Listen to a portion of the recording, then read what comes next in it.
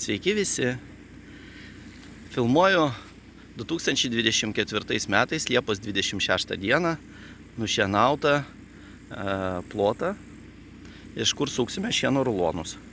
Kartais kai kurie pirkėjai domisi, kaip atrodo tas šienukas, iš ko jis susuktas, iš ko tas rulonas sudarytas.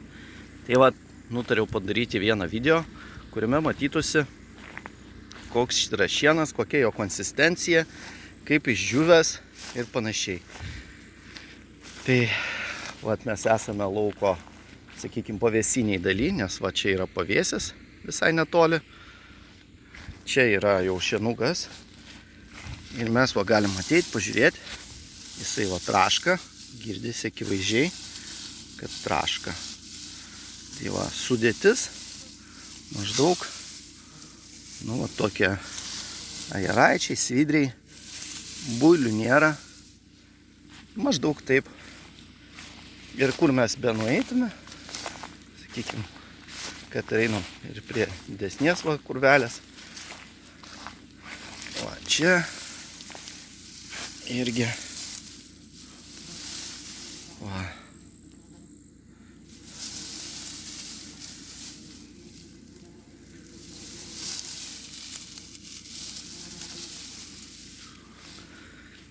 Galim biškį dar toliau paeiti.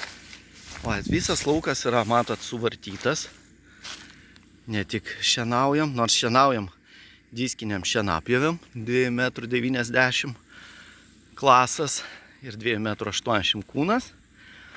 Tai va, bet dar vis tik tai, kad šieno kokybė būtų geresnė, dar ir apsiverčiam šienuką, nes kai kur būna tikrai jo pradalgė pakankamai stora to šieno, dėl to tenka kai kur apsiversti, va, tarkim.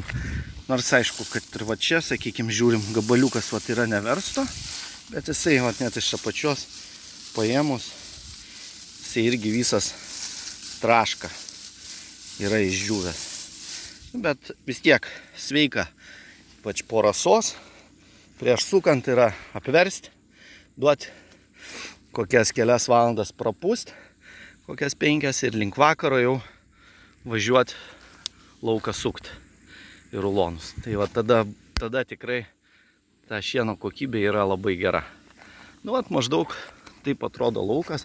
Jas pasakius, kad ir ten ir tolyn eina dar. Jeigu mes pasižiūrėsim, dar ir ten jo yra.